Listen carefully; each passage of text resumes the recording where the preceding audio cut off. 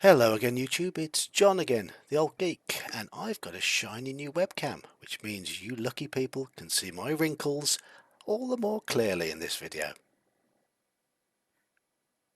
So, what I'm going to do today, this is a review video, and this time I'm going to cover Dungeon Module U2, Danger at Dunwater. Now it's rather difficult for me to be objective in this video. Picture the scene. Two 12-year-old schoolboys browsing shops in the local town centre, a pleasant summer's day in 1984. It may have been spring, but all I remember is that it was nice and sunny. Both boys have recently discovered D&D. One has the basic and expert sets, the other has the AD&D Player's Handbook. They spot a D&D adventure in the window of a shop. The colour of the cover has been slightly affected by exposure to direct sunlight. It wasn't positioned in the cleverest of positions. On a whim, one of the boys darts into the shop and spends his money on it. They rush excitedly to the nearest of their homes, quickly copy the pre-generated characters to character sheets, and without preparing, attempt to play the shiny new adventure. One of them was in charge of 5 or 6 PCs all by himself, all made to AD&D rules. The other was DMing, using a version of basic D&D rules from what he remembered of those rules because his books were still back at home. I was that DM. We had no idea about the modifications to combat mechanics in AD&D or even the premise of the module. We just played it as a dungeon crawl for a few hours until the fresh new PCs got overwhelmed and I had to go home for my dinner. Thus, U2, Danger at Dunwater, was the first AD&D module I ever owned. And it was the third D&D module in total I owned after X1, Isle of Dread, and X4, The Master of the Desert Nomads. I'd got the Isle of Dread for free with my expert set in late 1983 and picked up Master of the Desert Nomads because I liked the big juggernaut thing on the cover. It had been another few months before I acquired the AD&D rulebooks, but a few more years before I got modules U1 and U3, and thus understood the plot of this series of adventures. But on that afternoon in 1984, that didn't matter. We had fun. So, with all that fluffy nostalgia out of the way, let's try to get a bit more serious. Danger at Dunwater is the second adventure in the Underwater series, hence the moniker U2. It was written by the British TSR team, but published by the main arm of TSR in the USA. It boasts some lovely cover art of a Lockathath surfacing on a giant eel. That's the image that enticed me into buying it. It's still one of my favourite cover pieces, something you would know if you've watched my video that I uploaded a few weeks back about module cover art. Now, from this point onwards, there will be spoilers. Go away, players. DMs, please stay. Thank you. The storyline revolves around the continuing Saltmarsh saga.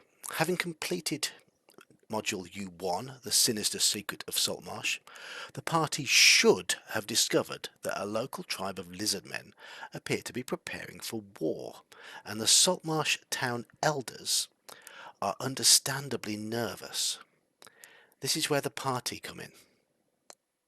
Go to the lizardmen's lair, discover what they're up to, and if necessary, deal with it.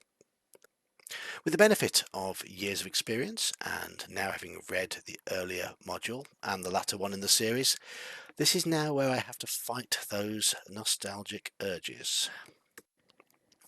Firstly, I'm going to dive in and just give a quick description of the presentation, as I always do in my reviews. It is a well-written adventure. There's some great artwork, the maps are clear and easy to use, even if the main lair has a bit of a generic dungeon feel to it. Natural caves or sea caves I feel would have worked better for a lair for a tribe of lizardmen.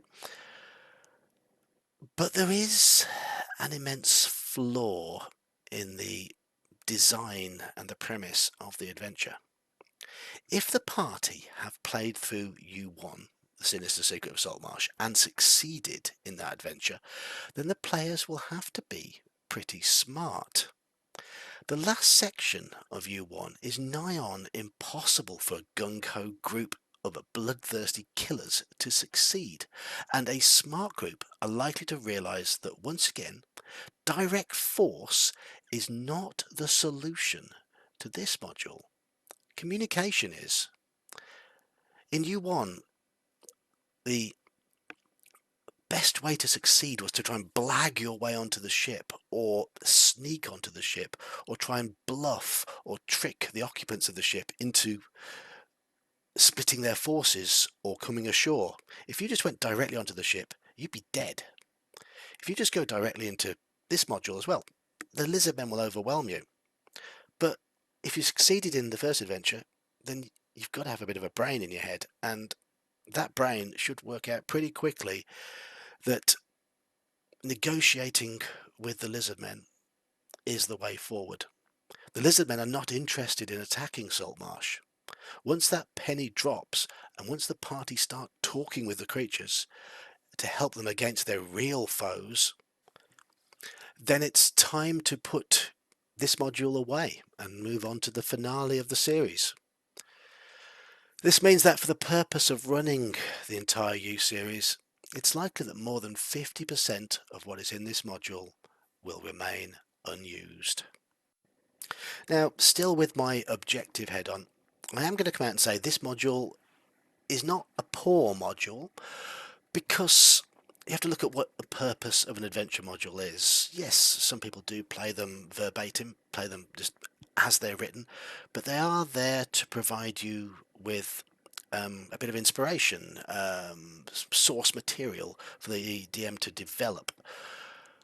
It does contain a number of interesting swamp encounters, and is a well-constructed lesson on how to portray a tribe of intelligent creatures with their politicking, their society and their general organisation. Thus, this module does have significant worth as a source book for a DM. Also, of course, if a DM wants an instant lair to house a tribe of much more warlike lizard men, then here it is on a plate for you. The lair has bickering factions, areas populated by females and young. There were emissaries representing other aquatic races, and so on. Everything a lair should have. So, I mean, if you've been watching my other module reviews, you'll be fully aware of the fact by now that the UK writers often come up with something logical, grounded and different. And in that, this module is no different. They should be lauded for following that principle. The feeling of authenticity is there in this module, as it is in almost everything they ever did. One of the difficulties this module does have is that it is part 2 in a series. Part 1 is always the exciting beginning. Part 3, the big explosive finale. So part 2 is just commonly a vehicle used to get from that exciting opening to that climactic finish, and unfortunately U2 does grasp that vehicle tag rather too firmly, and it suffers for it. But those two 12-year-old boys back in 1984, they didn't realise those issues. They simply enjoyed a fun afternoon of wanton reptile slaughter. But there's a reason why I've never run the module in its entirety since. I've lifted chunks out of it frequently, but never run it as is. And that's because, as an adventure by itself, under close scrutiny, it does fall a little flat. I'm going to give it a rating, and I am going to give it a 6 out of 10. The reason for the 6 out of 10 is that it has a lot of use as a source book, as I've already said. It's well written. The text is nice and clear. It's well presented, and it gives the DM a good idea of what a lair is supposed to look like. It's just as an adventure by itself, it falls a little flat, which is a shame because there's obviously a lot of effort gone into it, and the series, the U series as a whole, is very, very strong. It's just a pity that this second part was over just far too quickly. It was almost too simplistic for an intelligent group. That's a shame because its heart, again, is in the right place. Well, that's been me again for another module review. Um, if you've enjoyed if you've enjoyed the review, then don't forget to click a like, click subscribe, make a comment. All that sort of stuff gets my channel seen on YouTube, and that's nice. It makes me feel all smiley and happy. So till next time, good night.